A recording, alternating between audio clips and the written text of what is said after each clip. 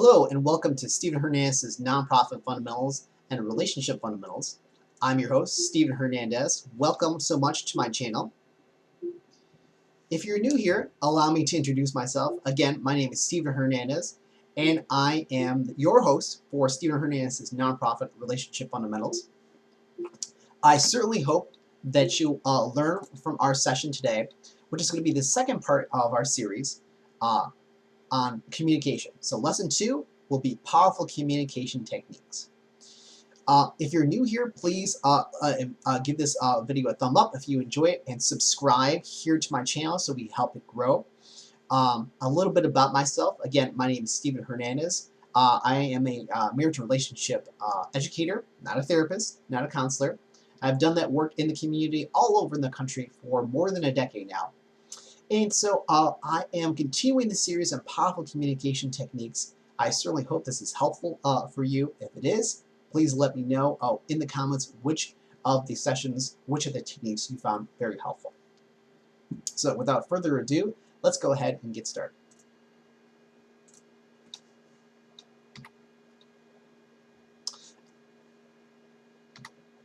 Our objective today is to review and practice simple but powerful communication techniques that will improve communication in all of your relationships, in the workplace, amongst your family, and with your romantic partners as well. So to recap, where do our communication styles come from? So this is a bit of a review from our last topic. And it comes from our culture, our ethnic history, our religious history, our personal history, our family background. All those things influence how we communicate. Before I really get into things, just in terms of technique, some best practices to share. I encourage you to use open-ended questions. Use careful, non-judgmental statements when you're communicating with someone. In general, men may prefer a focus on direct problem-solving talk, where generally women may prefer a focus more on the process rather than the outcome. Always be aware and considerate of generational differences, depending on who your audience is. Incorporate active listening skills, which we're definitely going to get into. And be aware and considerate of cultural differences. Not everyone communicates in the way that you do. And we have to be aware of our cultural lens and biases. So, there are, as we discussed before, a variety of basic styles of communication. Ideally, we want to be assertive, where we're making clear statements, we're making our voice heard without being rude or passive-aggressive. Passive-aggressive is a negative communication trait. Aggressive behavior, gets you where you're shouting or using abusive language. And passive behavior is the other end of the spectrum, where you're kind of just there, you're kind of like a blob in the conversation. You're saying yes to things you would like to say no to, you're saying no to things you would like to say yes to, and you're kind of just really not being assertive in terms of how you are communicating. So always be aware of the following 4 things when you are communicating. Now I'm trying to practice this with you all right now. Be aware of your body language, how you hold yourself, the way you're presenting yourself physically, the tone of your voice. Are you being clear? Are you being harsh? Or how are you sounding? Are you making eye contact? That's something that I struggle with, so I'm really trying to do it right now. What words do you use? Be considerate, be careful, be mindful of the words that you select. So our first technique today is active listening. Listen to understand, not to rebut. If possible, rephrase so you show that you understand. Take your time to listen and to respond. Think through. Try not to let your mind words get too hot. Always remember this following statement. Knowledge builds intimacy. Knowledge builds intimacy. The more that you communicate, the deeper your conversation goes, the more you will know about one another. That knowledge means you have a closer, deeper relationship. So to continue on technique 1, and I want to give full credit to where some of these resources are coming from. A number of years ago, one of the foundational courses I took was from PrEP, which is, or PrEP Inc., PrEP Educational Products. And so the following technique, which is called the floor or the speaker-listener technique, is from that curriculum. I encourage you to check out Prep Educational Products Incorporated. Wonderful techniques, wonderful resources. So they take the active listening a bit further. And here is the structured way that they encourage you to communicate, especially when things are tense, especially when the conversation may be difficult. First, the rules for the speaker. When you are the speaker, you speak for yourself. Don't try to mind read. Don't assume you know what the other person meant or was going to do. Keep your statements brief. Don't go on and on and on. Stop to let the listener paraphrase when the time is right. When you are the listener, and this is hard, I want to emphasize all these techniques are hard. When you are the listener, paraphrase what you hear. Focus on the speaker's message and don't rebut, even if you think they're wrong, even if you think that they completely misread the situation. That's not what you're here for when you are the listener. You are trying to actively listen and respond and try to show that you're understanding. Some rules for both of you. The speaker has the floor. When the speaker is speaking, they are speaking. You should not interrupt. And the speaker keeps the floor while the listener paraphrases, and then you have to share, okay?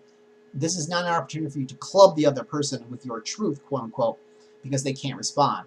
It's a way for you to try and dig deeper and to get to the point of what you're trying to address, which is technique number 2, get to the point.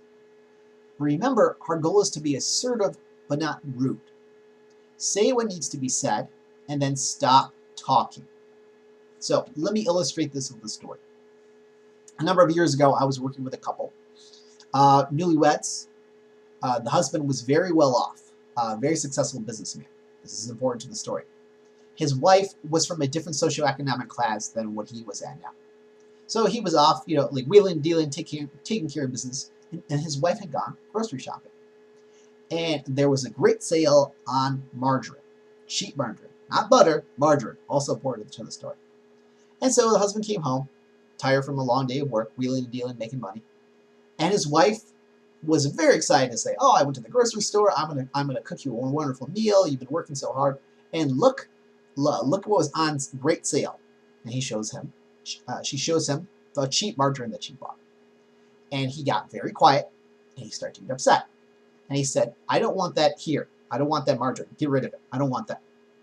And she was confused. She's like, "What do you mean? It's just butter. I save a lot of money. Why are you acting like this?" And he got increasingly upset. She got increasingly upset because he kept saying, "I don't want that. Get rid of it. I don't want that in my house. I never want to see that again. Get rid of it." The fight escalated and escalated and escalated up until the husband grabbed the margarine and he threw it in the trash. She got upset. No one had dinner. It's a horrible fight. Now, you may be asking yourself, what is the deal with the butter? What is going on here? The problem was the husband was not getting to the point. As I said, they're newlyweds, right? What the wife didn't know, because he had never shared this with her, is that he had grown up very, very poor. His mother was a single mother, and they struggled a lot. And there were days where they did not have enough to eat. There were days where, for breakfast, lunch, and dinner, they would have margarine sandwiches. So that cheap, nasty butter, in his mind, was slathered onto some cheap bread. That was breakfast, that was lunch, and that was dinner. He swore to himself as a young boy that he would become successful, which is why he was such a driven businessman. He would make enough money so he could take care of his mother, and he would never, ever, ever have to have that cheap, nasty margarine in his house.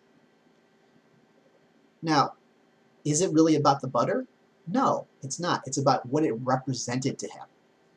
That margarine represented poverty, desperation, loneliness, fear, unhappiness.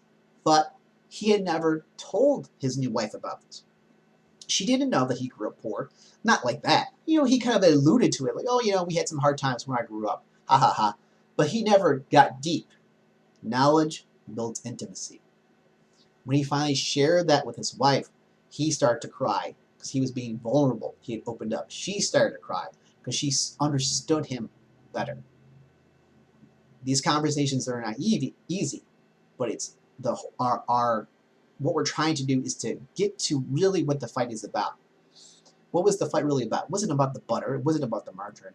It was that he felt like, what is all my struggle for if the very symbol of what I'm trying to escape is back in my house?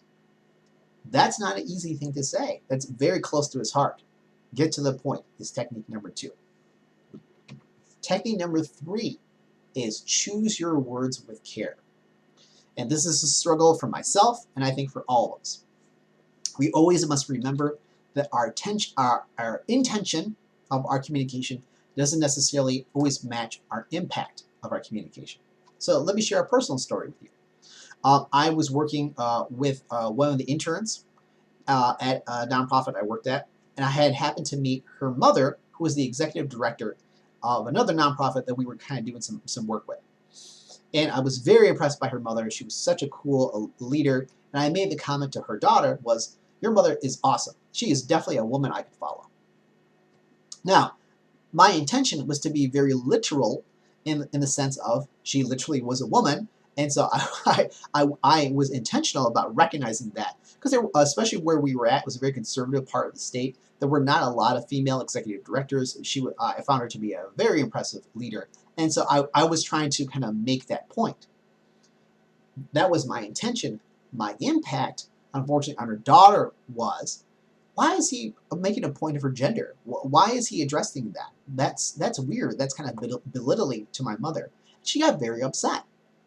And so I noticed in my employee, which is who she was, her daughter, she was kind of like sulky and like was like not her usual self for a couple days. And I really had to kind of determine, well, what's going on here? Like, is there something we need to address? Is there something we need to talk about? Choose your words with care. I had great intentions, but I didn't have that impact. And so that's something we definitely had to talk through. Be aware of what you say. We're often so loose with our language. Like don't be a wimp, don't be a pussy. We say derogatory things like man up, don't be dumb. Those kinds of things, they hurt. They can cut people with with the impact that we're making, even if that's not our intention. Maybe we're trying to be funny, but you never know what your impact is on someone you're communicating with unless they tell you. So technique number 3 is choose your words with care. Technique number 4 is one of my favorites, which is XYZ statements. This will help you dig deeper, but it does not need to be overlong. I want to stress that. And this is not just for negative things. This is a very powerful technique that you can use to really communicate to, again, a friend, a coworker, a partner. And I'm going to illustrate this right now. XYZ statements literally is constructed that way. So, for example, you would say, when you did X and made me feel Y, and this is important to me because Z. Z is perhaps the most important part. Let me give you a couple examples. So, for example, to a partner, you may say, when you called me after my presentation, it made me feel like you were thinking about me. And this is important to me because you know how much I hate public speaking. I always get so nervous, and I was up all night preparing my lecture, and I wasn't sure if it was going to go well. And it showed me that you cared. And that's why this is important to me. X, Y, Z. You can talk about when it's a hurtful thing.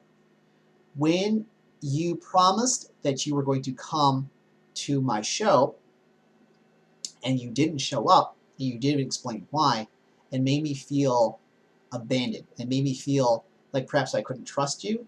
And this is important to me because, as you may remember, my father was in and out of my life, and he would make promises. He would say he would show up. He would say that he was going to show up, come to my sporting events, come see me for my birthday, and he often wouldn't come. So I have trust issues about things like that.